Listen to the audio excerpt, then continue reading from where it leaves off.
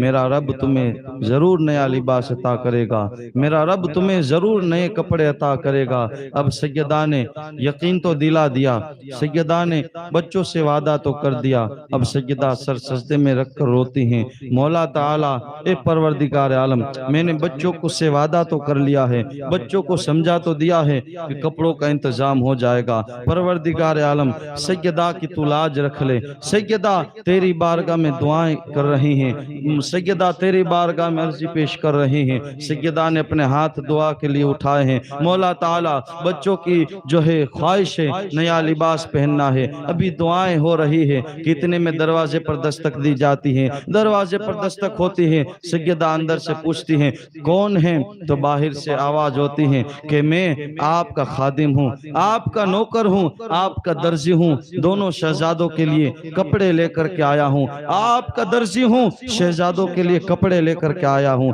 شہزادوں کے لیے نیا لباس لے کر کے آیا ہوں۔ سیدہ نے دروازہ کھولا ہے، دروازہ کھولنے کے بعد آپ نے لباس لیا ہے، لباس لینے کے بعد جب دونوں شہزادوں کو لباس پہنایا، دونوں شہزادے عید کی نماز پڑھنے کے لیے جاتے ہیں، جب تشریف لاتے ہیں مصطفیٰ کریم صلی اللہ تعالیٰ علیہ وسلم اپنے شہزادوں کو دیکھ کر مسکرا رہے ہیں، مصطفیٰ کریم اپنے شہزادوں کو دیکھ کر خوش ہو رہے ہیں۔ کہا فاطمہ تم جانتی ہو جو شہزادوں نے لباس پہنا ہے یہ لباس کس نے دیا ہے؟ کہا بابا حضور بتائیں یہ لباس کس نے دیا ہے اور کون لے کر آنے والا ہے؟ مصطفیٰ کریم صلی اللہ تعالیٰ علیہ وسلم نے فرمایا بیٹی سنو سنو، اللہ تبارک و تعالیٰ نے تمہارے شہزادوں کے لیے یہ لباس جنت سے عطا فرمایا ہے، اور جو تمہارا خادم بن کر کے آیا تھا، جو درجی بن کر کے آیا تھا وہ اور کوئی نہیں تھا، وہ سید الملائکہ جبرائیل امین تھے جو خادم اور درجی بن کر کے کپڑے لے کر آئے تھے،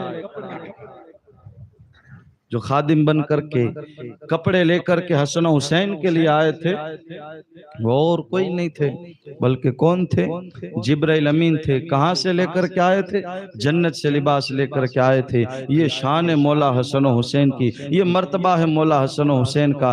ارے میرے عزیز اگر حسن و حسین کا مرتبہ سمجھنا ہے، اگر آپ کی شان و عظمت کو سمجھنا ہے تو پریکٹیکل صحابہ کرام کی سیرت کو پڑھیں، صحابہ کرام نے کیسی محبتیں کی، صحابہ کرام نے ان نواسوں سے کیسا پیار کیا۔ ارے صحابہ کرام کی وہ الفتیں تھی، وہ محبتیں تھی۔ جناب صدیق اکبر رضی اللہ تعالیٰ عنہ کا یہ عالم تھا، آپ امیر المومنین ہیں، خلیفۃ المسلمین ہیں، مسجد نبی کے اندر تشریف فرما ہے، سارے صحابہ مسجد نبی کے اندر تشریف فرما ہے کہ اتنے میں مسجد نبی کے اندر امام حسنین کریمین تشریف لاتے ہیں۔ جب حسنین کریمین مسجد میں تشریف لاتے ہیں تو اس وقت حضرت ابوبکر صدیق اشارہ فرماتے ہیں صحابہ کرام کو، اے صحابہ راستہ کرو، راستہ کرو۔ سارے صحابہ بیچ میں راستہ بنا دیتے ہیں، راستہ کر دیتے ہیں۔ اب وہ امیر المومنین، وہ مسلمانوں کا سب سے پہلا خلیفہ ابوبکر صدیق، وہ عاشق اکبر ہیں، آگے بڑھتے ہیں اور آگے بڑھ کر کے امام حسنین کریمین کے پاس تشریف لے جاتے ہیں، دو زانو ہو کر کے بیٹھ جاتے ہیں،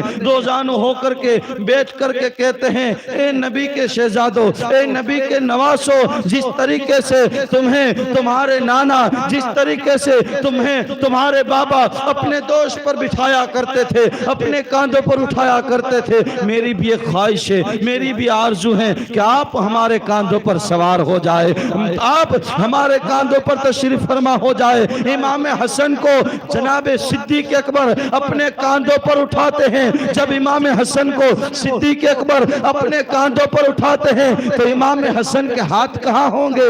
امام حسن کے ہاتھ جناب صدیق اکبر کے سر پر ہوں گے، جناب صدیق اکبر کے سر پر امام حسن پاک کے ہاتھ ہے۔ اب سوچے پیر کدھر ہوں گے؟ تو پیر امام حسن مجتبیٰ کے، حضرت ابوبکر صدیق کے آگے کی طرف یہاں پر امام حسن کے پیر ہے۔ یہ فیض حاصل ہو رہا ہے، یہ برکتیں حاصل ہو رہی ہے۔ یہ کون ہے؟ مسلمانوں کا سب سے پہلا خلیفہ ہے۔ یہ کون ہے جو سب سے انبیاء کرام کے بعد سب سے انسانوں میں جو افضل ذات ہے وہ جناب ابوبکر صدیق ہے۔ اہل بیت سے ایسی محبت کی ہے، اہل بیت سے ایسا پیار کیا ہے یارو، ایسے ہی صحابہ کو بلند مرتبہ نہیں ملا، انہوں نے اہل بیت سے وفاداری کی ہے اور اہل بیت نے بھی صحابہ سے سچی محبت کی۔